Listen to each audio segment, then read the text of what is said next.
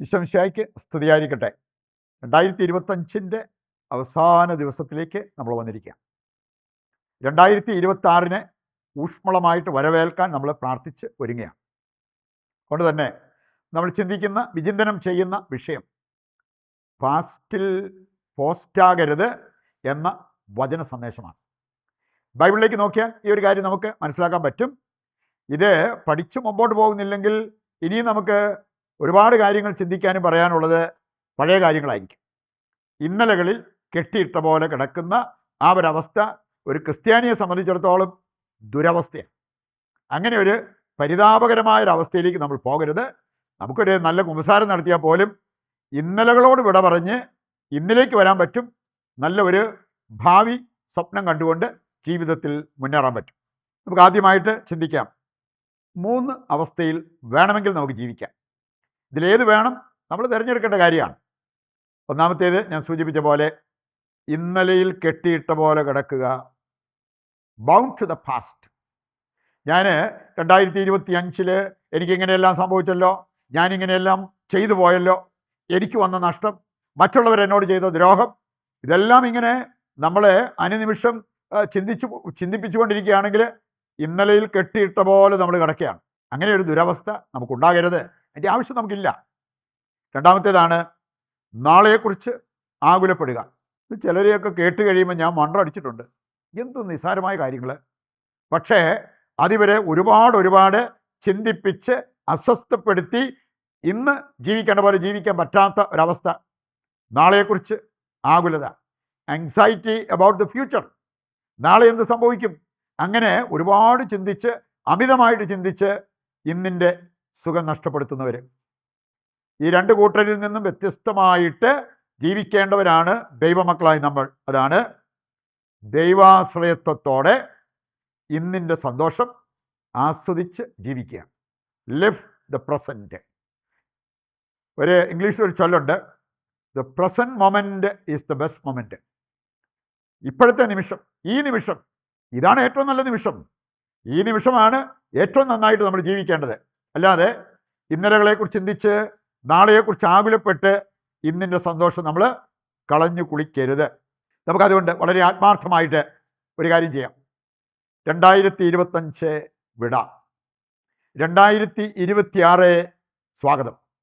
ഇത് ആത്മാർത്ഥമായിട്ട് ചെയ്യാൻ സാധിച്ചാൽ നമ്മുടെ ജീവിതത്തിന് അത് വലിയ അനുഗ്രഹമായി മാറും. രണ്ടാമതായിട്ട് നമ്മൾ എടുക്കുന്ന ഒരു വിഷയം ഇതാണ്, മോശമായ ഇന്നലകൾ ഉണ്ടായിരുന്നവർ ഇന്ന് വിശുദ്ധരാണ്. 2025 നമുക്ക് മോശമായ ചില കാര്യങ്ങളൊക്കെ, മോശമായ പ്രവൃത്തികളൊക്കെ ചെയ്യാൻ പറ്റിയെങ്കിലും വിശുദ്ധരാകണമെന്ന് ആഗ്രഹമുണ്ടോ? സാധ്യമാണ്. അതുകൊണ്ടാണ് ഞാൻ പറഞ്ഞത്, ഇന്നലകളിൽ അശുദ്ധരായിരുന്നവർ, പാപികളായിരുന്നവർ ഇന്ന് വിശുദ്ധരായി മാറിയ പല സംഭവങ്ങൾ. ഉൽപ്പത്തി 4 നമ്മൾ കാണുന്നത് എന്താ? കായൻ, അവന് തൻ്റെ സഹോദരൻ ആബേലിനെ കൊന്നവനാണ്. പക്ഷെ അവന് അനുദപിച്ച് അവൻ്റെ മേൽ വരുന്ന ശിക്ഷ കേട്ട് കഴിഞ്ഞപ്പോൾ അവൻ ദൈവത്തിൻ്റെ കരുണയ്ക്ക് വേണ്ടി പ്രാർത്ഥിച്ചു. ദൈവം പറഞ്ഞു, അങ്ങനെ ഒരു ശിക്ഷയ്ക്ക് ഞാൻ വിട്ടുകൊടുക്കില്ല, നിൻ്റെ മേൽ ഞാനൊരു മുദ്ര വയ്ക്കും. അവന് ദൈവത്തിൻ്റെ കരുണ ലഭിച്ചു. പുറപ്പാട് 2:12 വായിക്കുമ്പോൾ നമ്മൾ കാണുന്നത് എന്താണ്? ഒരു ഈജിപ്തുകാരനെ കൊന്ന മോശ, കൊന്നവനെ മണലിൽ പൂഴ്ത്തിയതാണ്. ഇങ്ങനെ ഒരു മോശമായ ഇന്നലെ ഉണ്ടായിട്ടും മോശയെ ദൈവം ഒരു നേതാവായിട്ട് ഉയർത്തുന്നത് നമുക്ക് കാണാൻ പറ്റും. 2 സാമുവേൽ 11-12 വായിച്ചാൽ മോശമായ ഇന്നലെ ഉണ്ടായിരുന്ന ഒരു വ്യക്തിയാണ് ദാവീദ്. ഉറിയായുടെ ഭാര്യയെ അവൻ പ്രാപിച്ചു, ബത്ശബായെ. അതുപോലെ തന്നെ പല ദുരവസ്ഥകളിലൂടെ കടന്നുപോയ ഒരു വ്യക്തിയായിട്ട് നമുക്ക് കാണാൻ പറ്റും. പക്ഷെ നമ്മൾ കാണുകയാണ്, പിന്നീട് അവനെ ദൈവം വിശുദ്ധീകരിച്ച് ഉയർത്തി. അവന് നഷ്ടപ്പെട്ട മകനെ അത് എടുക്കേണ്ട പോലെ എടുത്തു കഴിഞ്ഞപ്പോൾ മറ്റൊരു മകനെ ദൈവം അവന് കൊടുത്തു. അതാണ് ലോകപ്രശസ്തനായ സോളമൻ. ഈ 2 അധ്യായങ്ങൾ വായിക്കുമ്പോൾ ഈ യാഥാർത്ഥ്യം നമുക്ക് തിരിച്ചറിയാൻ പറ്റും. അപ്പസ്തോല പ്രവർത്തനങ്ങൾ 8-9 അധ്യായങ്ങൾ വായിക്കുമ്പോൾ നമ്മൾ കാണുന്നത് മോശമായ ഇന്നലെ ഉണ്ടായിരുന്ന ഒരു വ്യക്തിയാണ് സാവൂൾ. സഭയെ ഇടിച്ചു പൊളിക്കാൻ നോക്കിയവൻ, ക്രൂരമായിട്ട് പെരുമാറിയ ഒരു വ്യക്തി. 9 നമ്മൾ കാണുന്നു അവനൊരു ദൈവിക ഇടപെടലുണ്ടായി. 10 മുതൽ 28 വരെയുള്ള അധ്യായങ്ങൾ വായിച്ചു കഴിഞ്ഞാൽ വളരെ കമ്മിറ്റഡ് ആയിട്ടുള്ള സമർപ്പണ ബോധത്തോടെ മരിക്കാൻ പോലും സന്നദ്ധനായിട്ട് നിന്ന ഒരു പൗലോസിനെ അവിടെ നമുക്ക് കാണാൻ സാധിക്കും. ദൈവത്തിന് വേണ്ടി, ദൈവരാജ്യത്തിന് വേണ്ടി നിലകൊണ്ട പൗലോസ്. ലൂക്ക 8:2 വായിച്ചാൽ അവിടെ നമ്മൾ കാണുന്നു മഗ്ദലന മറിയം എന്തായിരുന്നു അവളുടെ ഇന്നലെ 7 അശുദ്ധാത്മാക്കളെയാണ് അവളിൽ നിന്ന് പുറത്താക്കിയത്. പക്ഷെ അവിടെ വിശുദ്ധിയായി മാറി ഉത്ഥാനം ചെയ്ത കർത്താവ് ആദ്യം പ്രത്യക്ഷപ്പെട്ടത് മഗ്ദലന മറിയത്തിനാണ്. ഇത്രയും കാര്യങ്ങൾ ചിന്തിച്ചാൽ നമ്മുടെ ഇന്നലകളെക്കുറിച്ച് നമുക്കിനി ഒരുപാട് ചിന്തിച്ച് ആകുലപ്പെടേണ്ട കാര്യമുണ്ടോ? തെറ്റുപറ്റിയെങ്കിൽ അനുദപിക്കുക, തിരുത്താൻ തയ്യാറാവുക, ഇന്നലയിൽ നിന്ന് ഇന്നിലേക്ക് വരിക. ശോഭനമായ ഒരു ഭാവി പ്രതീക്ഷിച്ചുകൊണ്ട് 2026 നമ്മൾ പ്രവേശിക്കുക. മറ്റൊരു കാര്യം, ഈ 2025 എന്ത് സംഭവിച്ചു എന്ന് തിരിച്ചറിഞ്ഞ് പെരുമാറേണ്ടതുപോലെ പെരുമാറുന്നത് നല്ലതാണ്. സങ്കീർത്തനം 103 2-ാമത്തെ വചനം എടുക്കുമ്പോൾ അവിടെ പറഞ്ഞിട്ടുണ്ട്, എൻ്റെ ആത്മാവെ കർത്താവിനെ വാഴ്ത്തുക, അവിടുന്ന് ചെയ്ത അനുഗ്രഹമൊന്നും മറക്കരുത്. 2025 നമുക്ക് കിട്ടിയ അനുഗ്രഹങ്ങൾ എത്ര വിപുലമാണ്. അപ്പം അത് മറക്കാതിരിക്കുന്നവർക്ക് ദൈവത്തെ സ്തുതിക്കാതിരിക്കാൻ പറ്റുമോ? അതേക്കുറിച്ച് ബോധ്യമുള്ളവർ ദൈവത്തെ സ്തുതിച്ച് മഹത്വപ്പെടുത്തും, ദൈവത്തിന് നന്ദി പറഞ്ഞ് പ്രാർത്ഥിക്കും. മറ്റൊരു കാര്യം പഠിക്കാൻ 2 കൊരിന്ത്യർ 2:10-11 എടുത്താൽ മതി. പൗലോസ് പറയുന്നൊരു കാര്യം, സാത്താൻ എന്നെ കുടുക്കിലാക്കാതിരിക്കാൻ വേണ്ടി ഞാൻ എല്ലാവരോടും ഹൃദയപൂർവ്വം ക്ഷമിക്കുന്നു. ഈ 2025 നമ്മോട് ദ്രോഹം ചെയ്ത വ്യക്തികളുണ്ടാകാം. ഇനി അവരോട് വാശി വൈരാഗ്യം വെച്ച് പുലർത്തിയിട്ട് നമുക്ക് എന്ത് കിട്ടാൻ? സാത്താൻ നമ്മളെ കുടുക്കിലാക്കും. അത്രേ ഉള്ളൂ നമ്മുടെ ജീവിതത്തിൽ സംഭവിക്കാൻ പോവുക. അതിനു പകരം ഹൃദയപൂർവ്വം ക്ഷമിക്കാൻ നമുക്ക് സാധിച്ചാൽ ഒരു കാരണവശാലും സാത്താന് നമ്മളിൽ പിടിമുറക്കാൻ പറ്റില്ല. ജെറമിയ 30:17 വായിച്ചാൽ അവിടെ പറഞ്ഞിട്ടുണ്ട്, നിനക്ക് മുറിവേറ്റോ? മറ്റുള്ളവർ മൂലം നിനക്ക് മുറിവേറ്റോ? നീ എൻ്റെ പക്കലേക്ക് തിരിയുക, ഞാൻ നിൻ്റെ മനസ്സിൻ്റെ മുറിവുകളെ സുഖപ്പെടുത്താം.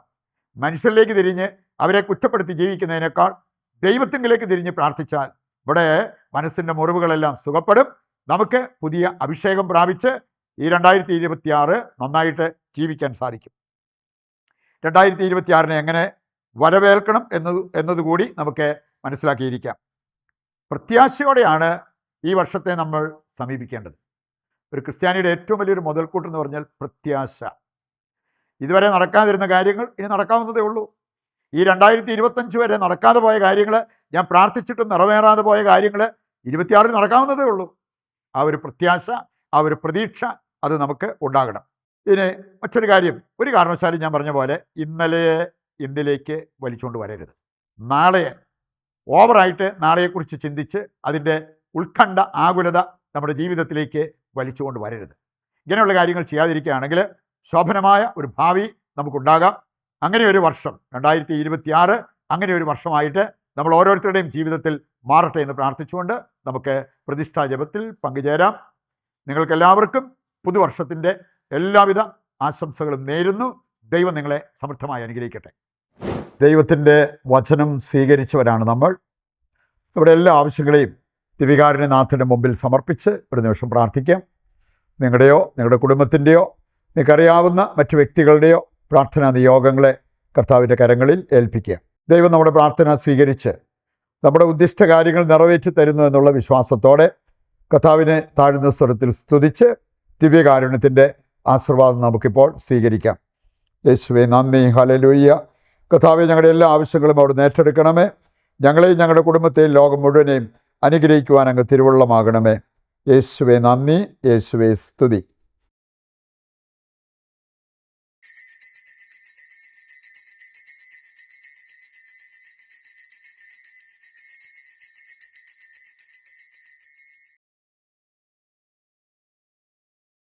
ഈശോ മിശിഹായ്ക്ക് സ്തുതിയായിരിക്കട്ടെ. മറ്റൊരു എപ്പിസോഡുമായി നാളെ വീണ്ടും നമുക്ക് ഒന്നിക്കാം. ദൈവം നിങ്ങളെ സമൃദ്ധമായി അനുഗ്രഹിക്കട്ടെ.